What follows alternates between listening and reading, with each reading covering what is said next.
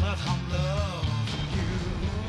We knew we had to clear the music, and I'd never made a film before. So Tom did some research, and he gave me a list, and he said, I think that these guys are good. Everybody was from LA, and they had this really LA attitude. And then I called this guy in Austin, Texas, Milton Hopkins. The other guys knew I was an idiot and didn't know anything, and really let me know that. Milton was really patient. And so I said, yeah, we're going with Milton. And that's how we got our music consultant. First thing that we did was send Milton the original slideshow, Beatles, Rolling Stones. So Milton shot an email back immediately saying, you guys are dreaming. Even if they did say yes, you'd never be able to afford them. He recommended finding covers, except for the Beatles and the Rolling Stones. He said, just forget about that and come back with another list. It really saved us a lot of time, even though we still had to go through the process and got turned down a lot. It was a lot of work because we had to then re-edit every one of those sections to make sure that that song actually worked and achieved what we wanted to before we asked permission, because every time we asked permission, just the process of asking permission is expensive. I hear the drizzle of the rain, like a memory it falls. We submitted a really beautiful cover of Paul Simon's Kathy's Song, which was in the original slideshow. One of the ones that our consultant said, Paul Simon, and we submitted it, and we got a letter back from Paul Simon's people saying, no way, we love this film, we're not going to give you permission unless you use Paul Simon. So I was like, oh, okay, well, we'll think about it. They lie with you when you're asleep and kiss you when you start your day. When we finally started going to the final edit of the film, we wanted to use Teach Your Children because it had a beautiful message. But if you remember, the original recording had a very country western feeling to it, and there's nothing country western at all about this film or really the context of the film.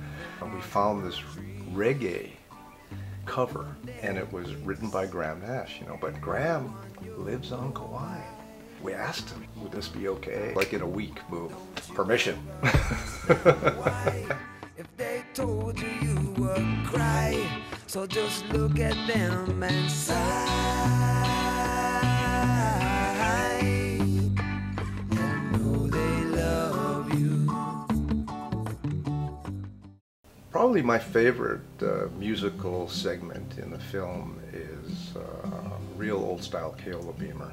And Keola is a good friend of Bob Stone, so permission was no problem with that. And that segment is the testament to the local culture, to how beautiful and how innocent and how wonderful Kauai was in the 60s and 70s, how open-hearted they were, and how really tolerant.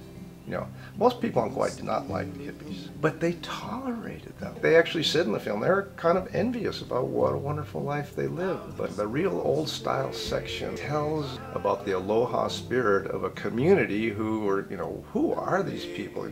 These were the first poor haoles that a lot of local people had ever seen. They didn't know what to think. Keola's real old style section kind of sets the tone for all the interviews that go on after that about just what a tolerant, what a really wonderful, innocent, tolerant place Kauai was at that time. And they play in the real old style. One of the Taylor Camp alumni talks about, how do we all get here? We were all running away from something. And what they were seeking was not just an escape or a hiding place, but they were seeking a certain healing.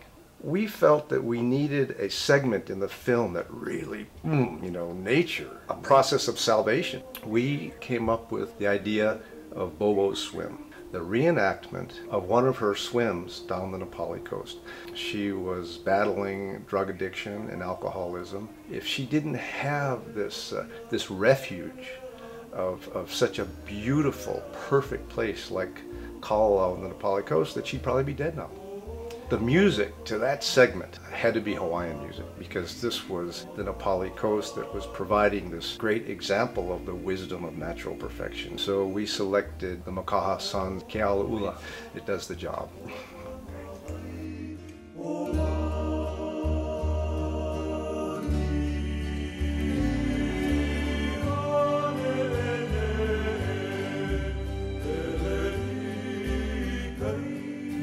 Definitely had a message in mind with this film. What these Taylor campers found living in tree houses in the jungle made of recycled materials and plastic and scrap and bamboo. Very little money, no fancy cars, catching fish from the ocean and fruit from the trees, and some people might even say primitive living. Yet, time and time again, we hear nothing except that it was the best days of their lives. They were living simply, and they were happy. Think about it. What brings happiness?